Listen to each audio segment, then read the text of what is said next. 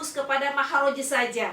Akan tapi kemudian sifat juga ini sangat berpengaruh terhadap pelafalan dari setiap huruf yang harus kita ucapkan.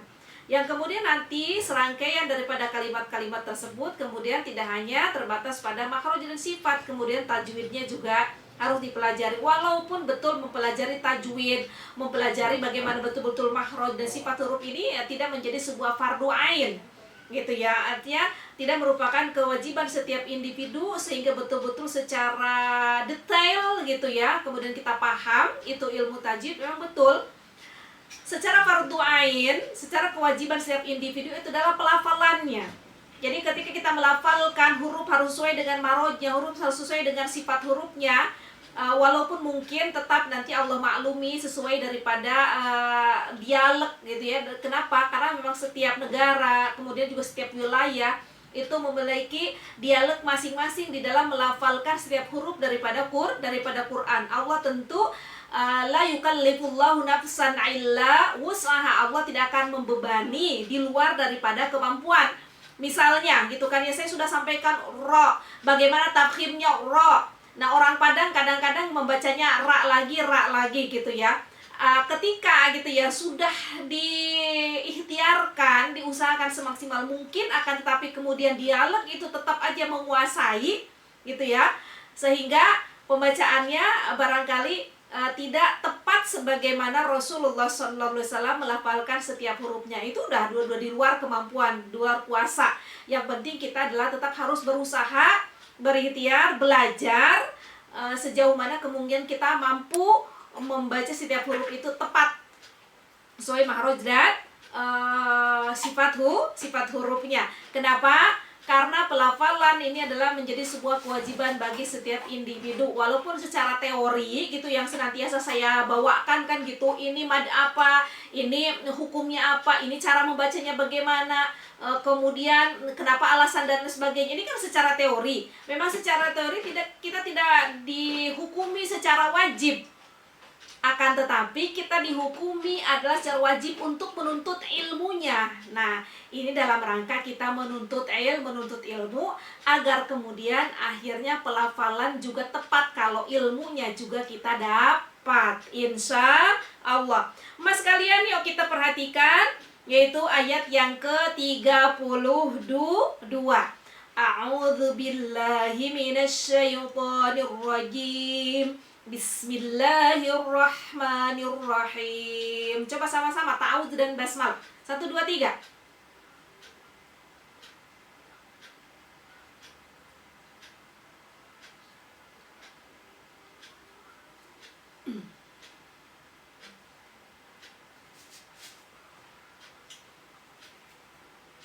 Ya, kenapa kembali sesuatu itu adalah bagaimana awalnya, bagaimana mulainya.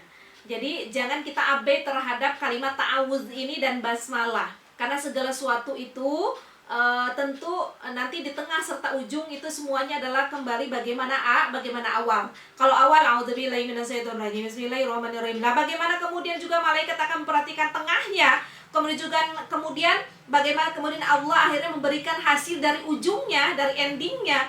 Kalau dimulai saja kurang fokus dan kurang serius ya. Jadi sekali lagi, a'udzubillahi minasyaitonirrajim. Tidak terpeleset lagi antara da dan za, tidak terpeleset lagi antara sin dan shin.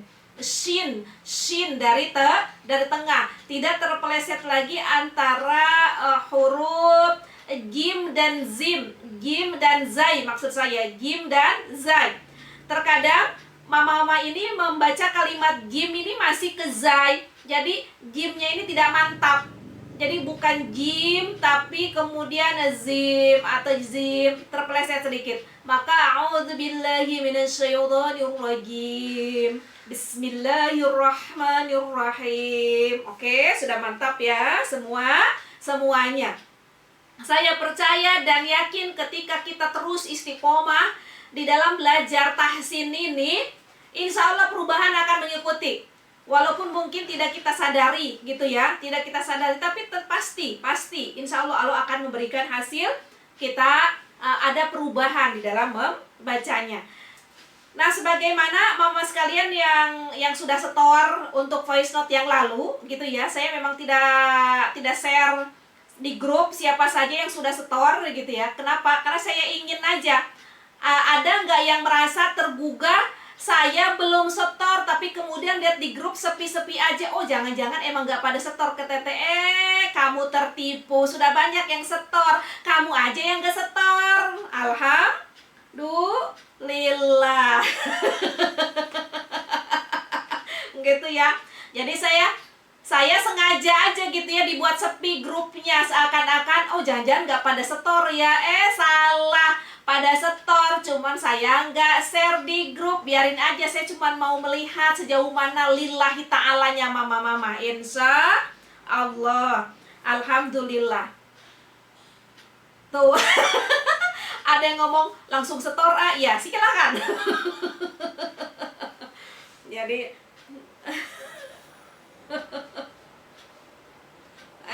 nggak tuh kan mulai pada ngaku deh tuh. Masya Allah. Iya, alhamdulillah. Dalam artian ada beberapa bahwa mengerjakan tugas ini memang ayo kita juga harus mulai tergerak semata-mata betul-betul karena Allah, satu niatnya. Kemudian yang kedua karena memang kita ini ingin bisa gitu ya, ingin lebih bisa. Jadi bukan karena siapa-siapa, bukan juga karena keterpaksaan dan lain sebagainya. Itu saja ya. Ya, kemudian qalu ya. Jadi sifat huruf Qaf ini satu makhrajnya adalah dari pangkal lidah, satu makhraj dengan huruf kaf. Udah itu dua huruf ini adalah satu makhraj, sama-sama dari pangkal lidah. Akan tapi ternyata Qaf dan kaf ini memiliki perbedaan sifat. Jadi kalau dibilang Qaf dan kaf ini satu kandungannya dari mana? Dari pangkal lidah, tapi dia memiliki sifat yang berbeda. Kalau Qaf jahar, kalau kaf hamaz. Kalau Qaf syiddah, kalau kaf rohawa. Kalau Qaf kemudian isti'ala, kalau kaf istifal. Kalau Qaf adalah itbaq apa infitah? Kalau kaf itbaq atau infitah? Infitah. Nah, jadi sifat huruf ini ternyata berlawanan antara Qaf dan kaf, walau kemudian sama-sama ismat. Kemudian Qaf ada tambahan sifat huruf yaitu adalah qalqalah. Kalau kaf tidak qalqalah. Jadi ternyata walaupun satu makhraj, walaupun satu kandung ini antara Qaf dan kaf, akan tapi keduanya nih memiliki sifat huruf yang berbeda. Kedengaran kan suara saya? Jelas nggak? Nah, jelas dong, mama juga. Kemudian saya nggak harus deket-deket HP, soalnya saya udah punya alat ini. Tahu nggak nih alatnya dari mana? Masya Allah. Ya, ini hadiah dari mama Istia. Maka sering-seringlah berikan hadiah sehingga kan gurunya terfasilitasi, kan jadinya lebih oke gitu loh, insya Allah. Ya. Qalu. Ya, lu di sini mad tabi'i jadi dua saja, jangan suka berlebihan panjangnya untuk mad tabi'i. Sejauh mana kita ambil ritmenya. Kalau misalnya cepat ya berarti tak gitu kan. Kalau misalnya ritmenya sedikit lambat berarti duanya itu 1, 2. Tapi kalau lambat ritmenya boleh berarti 1, 2 gitu. Yang penting harus konsisten di dalam memanjangkan setiap mad ya. Qalu sub. Nah, ada ba sukun di sini adalah qalqalah. Akan tetapi karena huruf ba-nya sukunnya asli, tidak disukunkan karena waqaf, maka ini termasuk kepada qalqalah sughra yang pantulannya itu sedang saja atau kecil saja. Jadi jangan sampai sub, tapi sub ya, sub langsung. Qalu subhanaka ha hi hubah. Jadi harus ada udara mengalir. Hanaka, kakiku sama. Subhanaka la dari mana? Dari tengah tenggorokan. La ilma lana. Qalu subhanaka la ilma lana. Nah-nya panjang. Kenapa? Karena setelah mad tabi'i kemudian di depannya ada hamzah atau ada alif di dalam kalimat yang lain, maka harus dirubah panjangnya yang dari asalnya biasa 2 harokat karena mad tabi'i bertemu dengan hamzah atau alif di depannya, maka panjangnya 2 sampai 5 yang disebut dengan mad jaiz mad jaiz fasil. Mad tabi'i bertemu dengan hamzah di dalam 2 kalimat. Maka dibaca panjang sepanjang 2 sampai 5 harokat. Kalau ketukan berarti sepanjang berapa ketuk?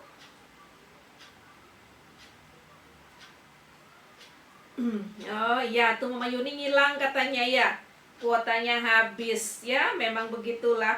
Kita mau ngaji nih sekarang harus cek kuota gitu ya. Jadi kalau dulu kita ngumpul di Istia, dompetnya tebel buat jajan ya kan. Ada yang ngeluarin kerudung, ada yang ngeluarin PY, ada yang ngeluarin. Nah, kalau sekarang keluarin dompetnya untuk cek kuota. Iya. PY-nya Mama Yanda sih tetap jalan kan, bisa pesan ya walaupun nggak ketemu. Iya. Qalu subhanaka la ilma lana illa ma 'allamtana innaka antal alimul hakim. Jadi nun bertasydid harus didengungkan ya. Innaka anta. Nah, anta ada nun mati bertemu dengan huruf ta. Nah, ini juga adalah ikhfa. Apa itu ikhfa? Disamarkan. Apa yang disamarkannya? Yaitu adalah nun. Jadi bunyi nunnya harus samar menjadi ang. Akan tetapi kemudian cara membacanya selain disamarkan, dia juga harus didengungkan sepanjang 2 atau 3 harokat. Jadi jangan cuman angta, jangan cuman disamarkan doang. Jangan disamarkan saja, tapi kemudian juga selain disamarkan harus didengungkan bacanya. Jadi angta. Nah, pendengungannya ini berbeda antara ba'id, qorib dan ausat. Gitu ya. Berbeda antara qorib, ba'id dan ausat. Karena ikhfa ini hakiki terbagi 3. Nah, ini nun mati bertemu ta, berarti ini ikhfa hakiki, ausat, ba'id atau qorib.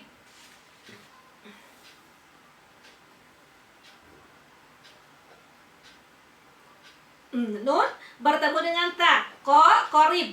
Kalau qorib berarti ketika disamarkan dan didengungan jangan sampai angta. Nah, ini ba'id terlalu jauh. Jadi angta. Jadi dari kemudian bunyi terhadap bunyi nunnya jatuh terhadap makhraj ta. Dari mana? Dari ujung lidah. Innaka antal alimul hakim. Ingat alif lam, di situ ada lam sukun, jangan sampai memantul. Innaka antal alimul hakim. Paham?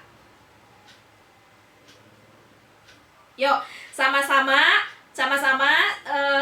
satu ayat ini dibaca, kemudian dipenggal menjadi dua. Satu nafas sampai illa ma'allamtana. Kemudian nafas yang berikutnya adalah innaka antal alimul hakim. Jangan paksakan dalam satu ayat satu nafas. Khawatirnya tidak mampu. Karena membaca Al-Quran itu nggak seperti baca puisi atau baca koran atau baca buku gitu ya. Di mana saja kita bisa bernapas, kita penggal. Misalnya qalu subhanakallah ilmalana Mal nggak bisa kayak baca puisi atau baca buku kalau baca Quran. Yuk, 2 kali penggalan sama-sama. 1, 2, 3 dari kolu. Ya, tenang. Kembali lagi bahwa ayo Mama jangan disiplin panjang pendeknya dan tasdid ya. Alam tanah karena beda arti antara huruf yang bertasdid dan tidak. Itu juga mempengaruhi terhadap arti. Jadi kalau alama dan allama itu beda. Allama itu mengajarkan hanya gara-gara tasdid saja. Kalau alama atau alima tanpa tasdid itu tahu. Jadi alima itu tahu, tapi kalau allama pengetahuannya kemudian ditransfer, yaitulah diajarkan. Jadi tasdid aja pengaruh terhadap arti. Maka jangan sampai ada tasdid kemudian tasdidnya diabaikan, atau nggak ada tasdid nanti ditambahin tasdid, ini nggak boleh. Jadi alam tanah subhanaka la ilma lana illa tapi dia ha subhanaka yuk.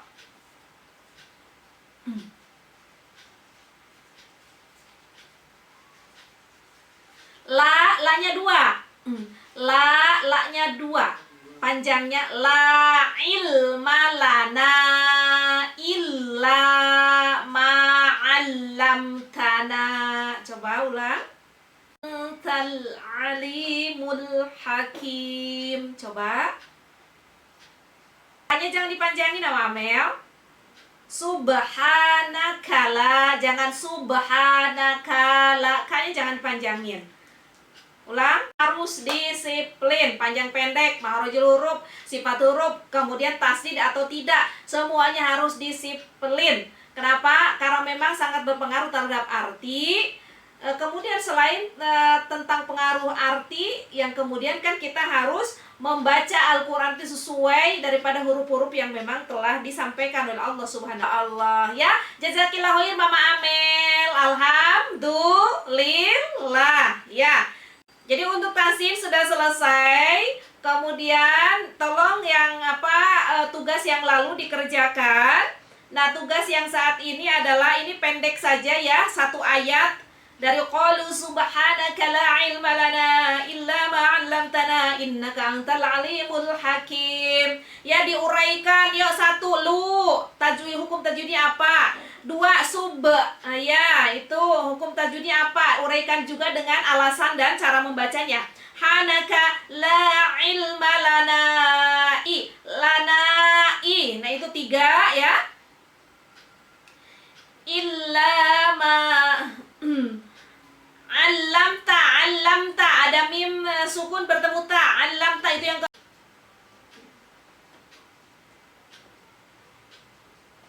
Oh, ada Mama Sanung juga. Alhamdulillah. Mama Sanung baru sampai atau udah dari tadi?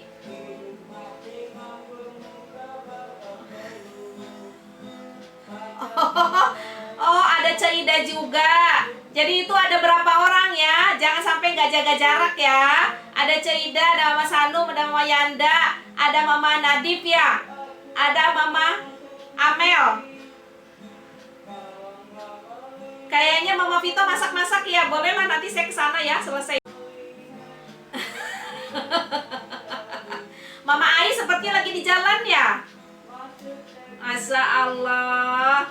Alhamdulillah. Walaupun dalam perjalanan kita tetap on-kan saja karena Allah, supaya dapat apa? Dapat pahala jihad di sisi Allah karena niat nuntut ilmu. Mau lagi jalan kek, mau cuman didengerin doang kek gitu ya, kita nggak on kan speaker kita kan bicara, nggak masalah. Yang penting supaya kita di buku file kita ada catatan bahwa saat ini kita niat thalabul ilmi, maka pahalanya 1 jihad. Kemudian yang kedua didoakan oleh para malaikat yang mulia, kemudian doakan oleh para penghuni langit dan bumi, kemudian dimohonkan ampun oleh seluruh penghuni langit dan bumi, sampai-sampai semut yang ada di lubang, kemudian juga sampai-sampai seluruh ikan yang ada di dasar lautan, itu semua adalah memohonkan ampun bagi para penuntut penuntut ilmu. Jadi luar biasa keistimewaannya. Maka saya berharap gitu, walaupun lagi ada halangan, hanya sekedar menghidupkan itu HP-nya, insya Allah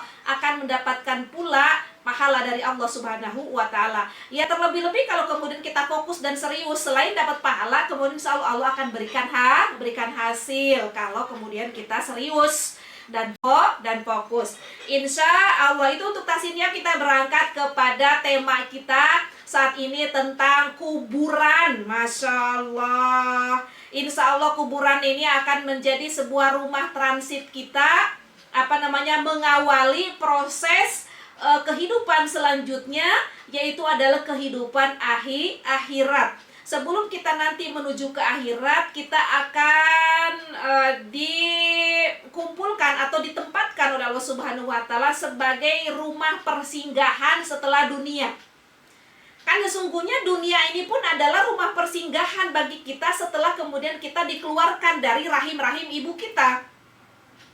Setelah persinggahan dunia, kemudian kita akan masuk ke dalam rumah singgah selanjutnya setelah setelah dari dunia dan sebelum menuju kepada kehidupan akhirat, yaitu adalah rumah singgah berikutnya setelah dunia adalah alam barzah namanya, atau yang disebut dengan kuburan.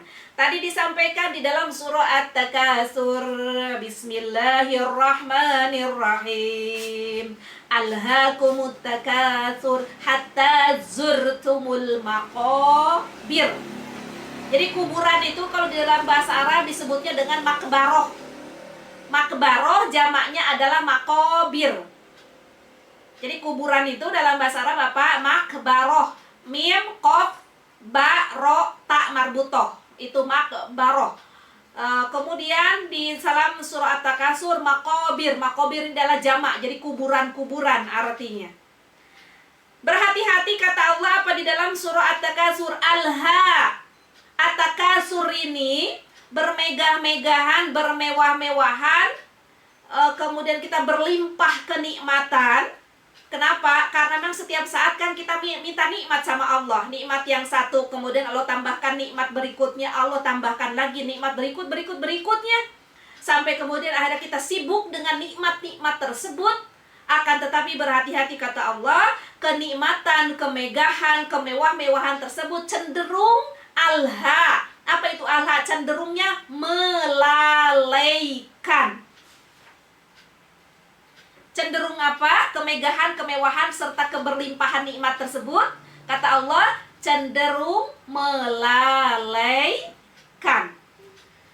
Melalaikan apa? Melalaikan bahwa sesungguhnya dunia ini bukan tujuanmu. Dunia ini bukan apa? Tujuanmu.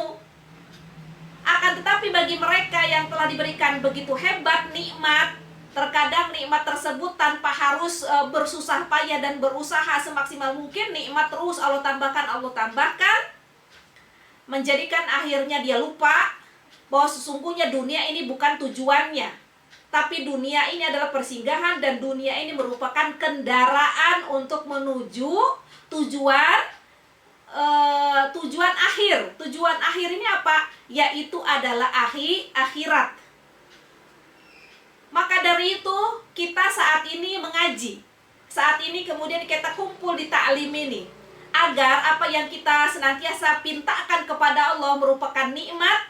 Akan tetapi kalau kemudian kita akhirnya dilindungi gitu ya, dengan ilmu, insya Allah kalau sudah dibungkus dengan ilmu, apa yang menjadi sebuah kenikmatan serta kemegahan tidak menjadikan kemudian kita lupa bahwa tujuan akhir kita itu akhirat nanti. Dunia ini adalah bukan sebuah tujuan, tapi dunia ini adalah merupakan persinggahan. Dunia ini adalah merupakan jembatan untuk kehidupan akhir nanti yang merupakan tujuan utama kita, insya Allah. Dan sekali-kali tidak ada yang kita kasur yang terakhir disampaikan apa kata Allah. Surah At-Takatsur yang terakhir bagaimana bunyinya? Latus. Nah, di sini la-nya jangan dipanjangkan. Sebagaimana tadi di dalam surah Al-Baqarah, la ilma lana, la-nya harus panjang karena artinya tidak. Tapi kalau yang di sini latus alunna, la-nya jangan sampai dipanjangkan. Kenapa? Karena lam di sini artinya adalah pasti. niscaya gitu ya.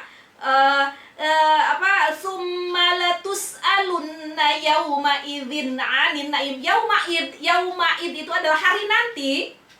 Hari-hari tersebut, maka sekali-kali kamu latus'alunna, pasti akan ditanya.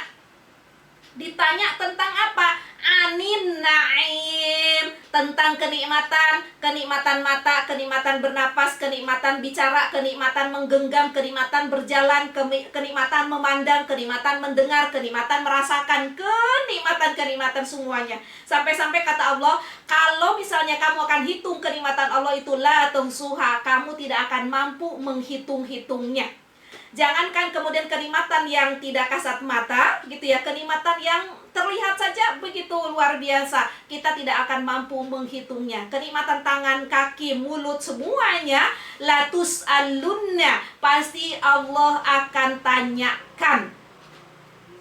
Untuk apa kamu gunakan matamu yang sehat itu? Untuk apa kamu gunakan lisanmu yang sehat itu? Untuk apa kamu gunakan telinga yang sehatmu itu?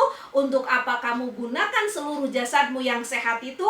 Untuk apa kamu gunakan rasa atau kolbu yang kemudian Allah berikan kesehatan di dalamnya? Latus alunna, kata Allah, pasti seluruh kenikmatan tersebut Allah akan tanyakan.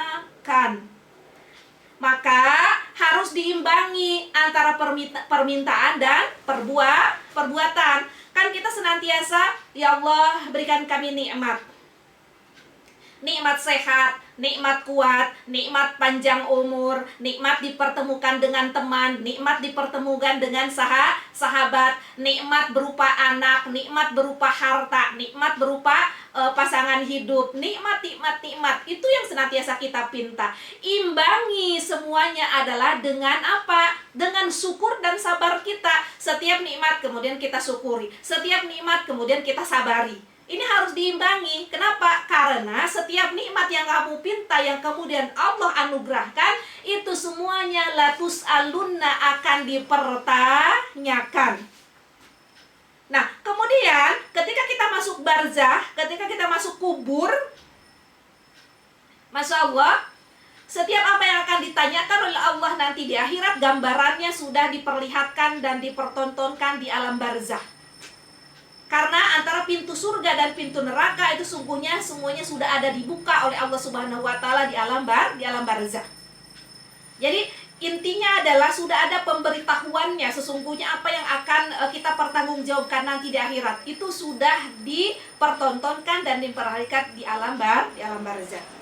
Maka mas sekalian, dalam hal ini insya Allah mudah-mudahan apa yang apa yang menjadi kenikmatan kita, sekali lagi baik dari harta, anak, pasangan hidup, apapun itu, ayo Masya Allah kita meminta kekuatan kepada Allah agar gitu ya, tidak terjadi apa yang disampaikan di dalam surah At-Takasur, menterlenakan, menjadikan kita ini lupa sebagai tujuan hidup kita sungguhnya apa. Jangan sampai ada karena terlena, karena lupa, seakan-akan dunia inilah yang menjadi tujuan akhir. Padahal dunia ini belum berakhir, sampai barzah pun belum akhir, dan kita tidak akan berakhir kecuali pada kehidupan akhirat kita.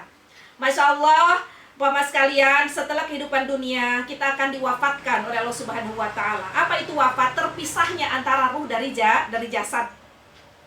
Apa itu wafat? Sekali lagi, terpisahnya antara ruh atau terlepasnya ruh dari jasad. Akan tetapi Masya Allah, setelah kita kemudian masuk ke dalam kubur, ruh yang terlepas ini akan dikembalikan lagi. Ruh yang terlepas akan dikembalikan lagi kepada jasadnya. Yang kemudian nanti ruh dan jasad tersebut juga akan dibangkitkan kembali oleh Allah Subhanahu wa taala dari kubur-kuburnya, dari makam-makamnya, untuk menuju kehidupan selanjutnya, yaitu adalah akhirat. Maka ketika kita hidup di dunia, kita memiliki kewajiban untuk merawat kedua-duanya tentunya. Merawat daripada jasad kita dengan apa yang lalu pernah kita pelajari, yaitu dengan apa yang Allah perintahkan di dalam surah Al-A'raf gitu ya, waktu yang lalu saya sampaikan, hutu zinatakum inda kulli masjid wa kulu wasrobu wala tusrifu. Untuk memelihara jasad ini, apa kata Allah? Kulu, makanlah, wasrobu, dan minumlah, wala tusrifu, akan tetapi hati-hati jangan berlebihan. Kata-kata berlebihan ini bahwa makanan dan minumanmu, satu, harus bergizi, tentunya harus masuk ke dalam kadar gizi yang kemudian tidak merugikan tubuh ini, akan tapi kemudian memberikan sehat tubuh ini agar tubuh ini terus berkembang baik. Yang kemudian yang kedua, apa yang kamu makan, yang kamu minum ini wala tusrifu, jangan berlebihan. Jadi tadi gizi harus masuk, yang keduanya adalah harus halal. Jadi selain baik, kemudian juga harus halal. Jadi berhati-hati jangan sampai ada sesuatu yang dikonsumsi kemudian haram, itu akan berpengaruh jahat terhadap jasad. Kita jangan tidak berbicara kepada ruh dulu, akan tetapi secara jasad pun ketika ada sesuatu yang kita makan yang bukan hak kita, sekali lagi yang bukan hak kita, ini menjadikan sebuah kejahatan atau kerugian buat tubuh. Sehingga nanti tubuh yang harusnya berkembang baik, akan tapi dia akan dimatikan secara sendirinya karena yang dikonsumsinya tidak masuk terhadap unsur yang halal. Kemudian setelah halal, kemudian toyib. Toyib ini satu bergizi, kemudian harus ada etika sebagaimana yang lalu kita sampaikan. Agar tubuh ini sehat, makan dan minum wala tusrifu di sini harus terpenuhi etika, harus terpenuhi adab, harus terpenuhi sopan santun. Ketika makan dan minum, salah satunya adalah membaca bismillah dan alhamdulillah, ini adalah merupakan etika. Kemudian juga tidak mencela makanan dan minuman, ini juga adalah merupakan etika. Kemudian meminum dan memakan sesuatu dengan cara kalau minum 3 kali, kalau kemudian makan itu adalah jari 3 kali. Maksudnya jari 3 jari ini maksudnya apa? Yaitu adalah tentu makan tidak sampai berlebih-lebihan, saking nafsunya ambil nasi dan lauk. Jasad ini kemudian Allah juga memerintahkan untuk merawat jiwa, yaitu adalah ruh. Salah satu merawat jiwa itu adalah dengan ibadah. Ibadah baik yang mahdoh ataupun ghair mahdoh. Ibadah yang hubungannya langsung kepada Allah ataupun ibadah yang hubungannya melalui sesama manusia, yang disebut dengan hablum minallah dan hablum minan nas. Ini cara merawat begitu baik ruh kita. Jadi sekali lagi, cara merawat agar ruh ini sehat yaitu adalah dengan ibadah. Baik ibadah yang langsung kepada Allah yang disebut dengan hablum minallah, atau ibadah yang hubungannya dengan sesama manusia yaitu adalah hablum minan nas. Kemudian setelah ruh ini dirawat dengan ibadah, jangan hancurkan ruh atau jangan buat ruh itu sakit dengan apa? Dengan dosa. Setiap kita berbuat dosa itu sama saja sedang memberikan racun terhadap ruh. Maka kalau demikian, untuk barzah kita yang bahagia, untuk kehidupan akhirat yang bahagia, dari mulai saat ini, ayo kita rawat jasad dengan tadi wa kulu wasrobu wala tusrifu, dengan halal dan thayyibah. Kemudian juga jaga ruh ini dengan ibadah, dengan amal ibadah, kemudian juga meminimalkan daripada perbuatan dosa. Insya Allah. Kenapa? Agar ketika dijemput, Masya Allah, dijemput oleh malaikat maut, atau sampailah kepada waktu yang memang kata Allah ini sudah ketentuan dia harus diwafatkan. Jangan menganggap apakah dengan corona dan lain sebagainya, itu nggak ada. Sebetulnya mati itu bukan karena corona, bukan karena jantung, atau bukan juga karena yang lainnya. Akan tapi memang karena sudah sampai waktunya. Allah sudah catatkan, sesungguhnya kontrak kita di dunia ini berapa lama Allah sudah atur semuanya, dan Allah sudah catat. Apakah kemudian asbabnya, penyebabnya sakit jantung, corona, dan lain sebagainya itu merupakan asbab dan itu merupakan aturan dari Allah Subhanahu wa Ta'ala sebagai sebab daripada penjemputan ketika kita wafat. Akan tetapi, Masya Allah, baik tahunnya, baik tanggalnya, baik waktunya ketika wafat itu semua sudah Allah atur dan Allah catat. Masa kontrak kita berapa lama lagi, itu semuanya sudah ada catatannya. Masya Allah. Mama sekalian yang berbahagia, yang terpenting sekali lagi, ketika kita dijemput, Masya Allah, malaikat yang mau jemput itu sukacita. Karena apa? Jasad dan ruh kita ini wangi. Jadi malaikat yang diutus oleh Allah untuk menjemput atau melepaskan ruhnya dari jasad, ini bersukacita ketika kemudian ruh yang akan dijemput ini begitu wangi, harum, semerbak. Akan tetapi berbeda, malaikat yang diutus oleh Allah atau ditugaskan oleh Allah untuk menjemput ruh seseorang, akan tapi ruhnya begitu bau, busuk, dan sebagainya. Ini menjadikan malaikat aja segan, malaikat aja begitu berduka. Maka dari itu orang-orang yang berimanlah yang kemudian malaikat begitu bersukacita ketika diberikan tugas untuk menjemput ruhnya atau melepaskan ruh dari jasadnya. Bagi orang-orang yang beriman, malaikat ini, Masya Allah, dia akan sungguhnya memposisikan dirinya ketika mau mencabut nyawa itu dekat kepalanya. Sampai-sampai apa kata malaikat? Wahai jiwa yang tenang, ya ayatuhan nafsul mutmainnah, irji'i ila rabbiki radiyatan mardiyah. Wahai jiwa yang tenang, keluarlah ruh dari jasad ini dengan penuh kebahagiaan serta keridhaan Allah Subhanahu wa Ta'ala. Kata malaikat kepada ruh seseorang yang beriman. Maka modal kita ini harus iman, kuatkan iman, jaga iman. Jangan sampai kemudian imannya cacat, apalagi imannya lepas. Karena iman ini adalah menjadi sebuah patokan yang sangat mendasar. Apakah kemudian kita nanti ketika dilepaskan ruh dari jasad oleh malaikat, apakah malaikatnya suka atau tidak? Yang pertama yang dilihat itu adalah iman. Selama memiliki iman, maka malaikat akan menyampaikan, ya ayyatuhan nafsul mutmainnah, wahai jiwa yang tenang, keluarlah. Maka Masya Allah, bagi jiwa yang tenang karena iman, ruh ini akan keluar mengalir seumpama air yang sedang mengalir, terlepas begitu mudah. Tidak ada keterpaksaan, tidak ada pula juga pemberontakan di dalamnya. Akan tetapi berbeda, bagi ruh yang tidak beriman, maka malaikat akan berkata, ruh yang jelek ini, ruh yang penuh dengan dosa ini, keluarlah.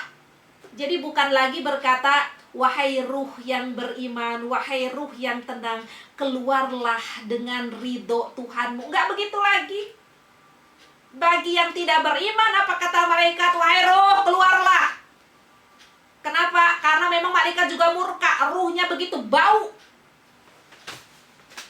aromanya. Maka ruh yang tidak beriman, dia akan keluar dengan paksaan.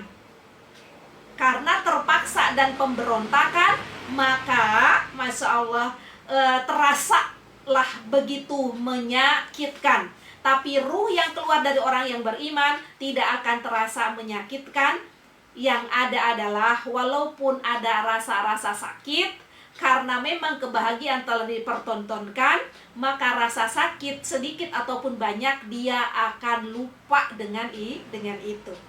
Mas sekalian, mudah-mudahan kita senantiasa memiliki modal iman. Maka Masya Allah, melalui pengajian ini dalam rangka kita menjaga iman. Kita hadir di pengajian ini insya Allah dalam rangka menguatkan iman. Kita ngaji saat ini insya Allah dalam rangka menumbuhkan memakmurkan itu yang namanya iman. Karena ini adalah modal yang pertama dan utama ketika kemudian akhirnya kita harus kembali kepada Allah Subhanahu wa Ta'ala. Barulah kemudian masalah setelah tercabut ruh ini akan Allah letakkan di dalam kain-kain kafan kita yang memang telah dipersiapkan. Jasadnya dimandikan dan lain sebagainya. Ruh itu mengikuti. Dan ruh ini sudah terlepas dari jasad. Sudah terlepas dari jasad. Akan tapi ketika jasad dimandikan, kemudian jasad juga dikafani dan sebagainya, ruh ini mengikuti. Ruh-ruh orang yang beriman, maka Allah akan letakkan begitu indahnya di dalam kapan-kapannya. Kemudian setelah Masya Allah dimandikan dan disolatkan, bersiaplah ini ruh akan dihantarkan ke alam kuburnya. Mas kalian yang saat lalu mengikuti takziah, kita dalam hal ini kita ingat sahabat kita, yaitu adalah Mama Toti. Kemudian teman-teman sekalian semuanya mengikuti takziahnya. Ada yang merangkai bunga, ada yang membacakan Al-Quran, ada yang menyampaikan sholawat, dzikir, dan lain sebagainya dalam menghantarkan daripada ruh ini yang akan dimakamkan. Kemudian setelah selesai dimandikan, kemudian disolatkan, siapa-siapa mama-mama sekalian yang ikut bertakziah, kemudian sholat, kemudian menyolatkan, maka apa kata Rasul? Dia akan mendapatkan upah atau ganjaran atau pahala sebesar qard. Rasul ditanya, qard ini apa ya Rasul? Ternyata siapa yang mengkafani, memandikan, kemudian menyolatkan, dia akan mendapatkan pahala sebesar gunung Uhud. Luar biasa. Seakan-akan saldonya masih panjang, enggak taunya ternyata kematiannya sudah mendekat. Dan ini juga tidak luput kejadian ini boleh saja terjadi kepada kita. Maka ayo segala kenikmatan dunia ini jangan sampai menterlelahkan. Yang ada harusnya kita semakin tergugah untuk mempersiapkan diri mumpung masih diberikan hidup, mumpung dan masih diberikan sehat, mumpung masih diberikan luang, mumpung masih diberikan harta, kekayaan, mumpung masih muda, masih mampu berdiri daripada sholat duduk, mau mumpung masih kuat, masih sehat, masih mampu berjalan daripada kemudian akhirnya Allah berikan ujian sehingga sakit dan terbaring. Ayo kita gunakan waktu ini sebaik mungkin untuk bisa beramal solih. Kemudian kuatkan agar kemudian kita tidak berbuat dosa. Insya Allah. Ada yang nanya, saya udah aus nih sebelum saya tutup. Kayaknya tutup aja, jadi besok lagi disambung lagi. Ada yang nanya nggak?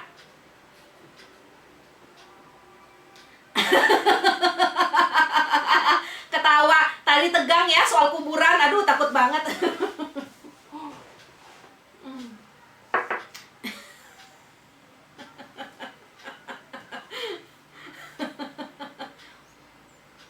Iya.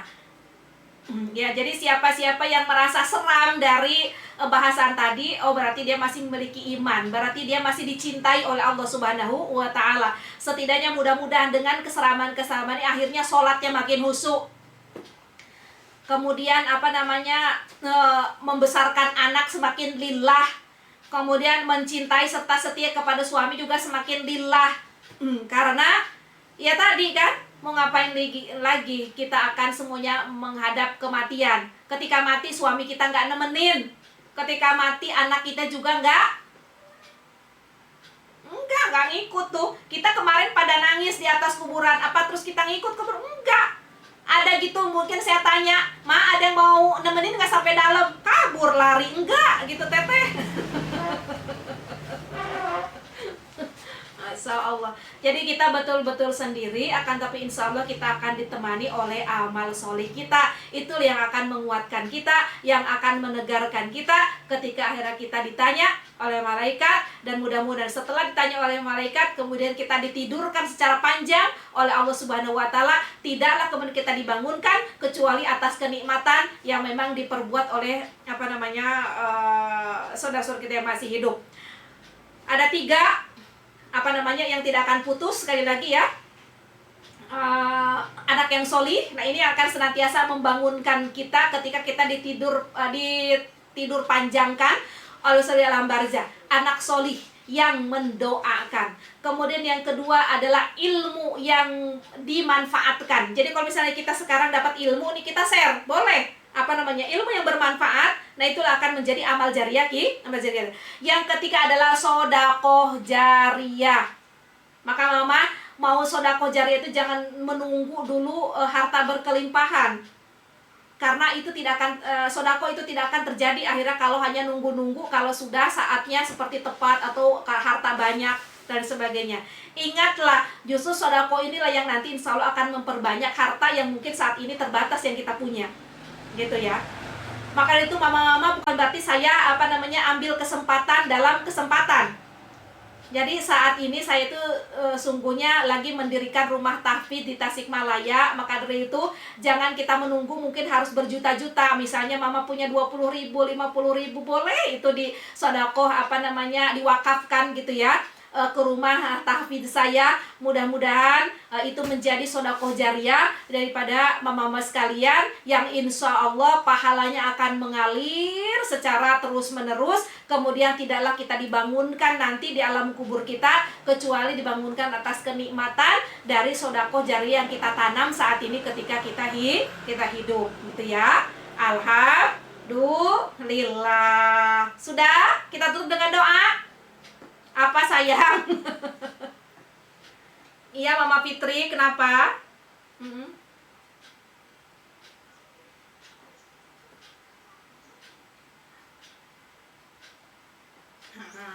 Gini, kan apa kata Allah di dalam Al-Quran, wattabi'is sayyi'atal hasanata tamhuha.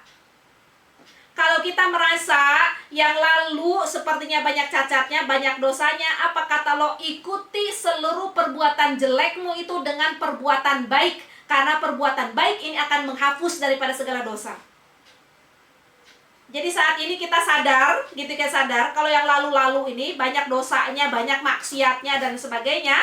Nah, maka sekarang kita taubat dengan cara apa? Kita perbaiki diri, kemudian apa-apa yang lalu sebagai dosa-dosa kita ikuti dengan segala kebaikan tadi.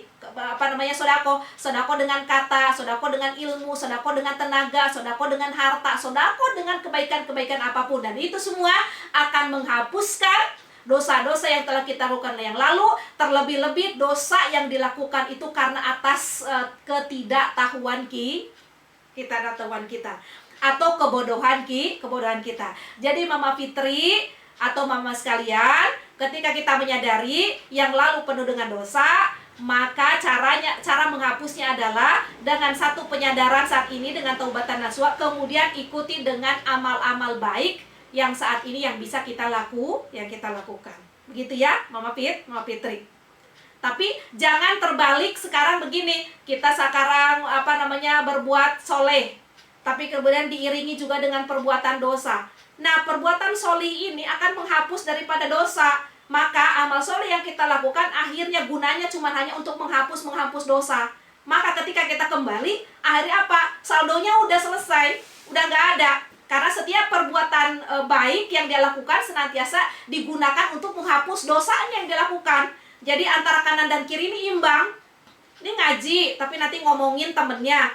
Ini ngaji, tapi kemudian dia membuka aib temennya. Ini ngaji, ya udah hasil ngajinya dibikin hapusan sebagai kayak penghapus buat ini. Udah akhirnya nanti kita pulang, nauzubillah, kita tidak memiliki bekal karena semuanya telah hancur untuk ngapusin dosa. Alhamdulillah. Subhanakallahumma wa bihamdika asyhadu an la ilaha illa anta astaghfiruka wa atubu ilaik. Rabbana atina fid dunya hasanah wa fil akhirati hasanah wa qina adzabannar. Allahumma inna nas'aluka salamatan fid din wa dunya wal akhirah wa afiatan fil jasadi wa ziyadatan fil ilmi wa barakatan fil rizqi wa taubatan qablal maut wa rahmatan indal maut wa maghfiratan ba'dal maut. Allahumma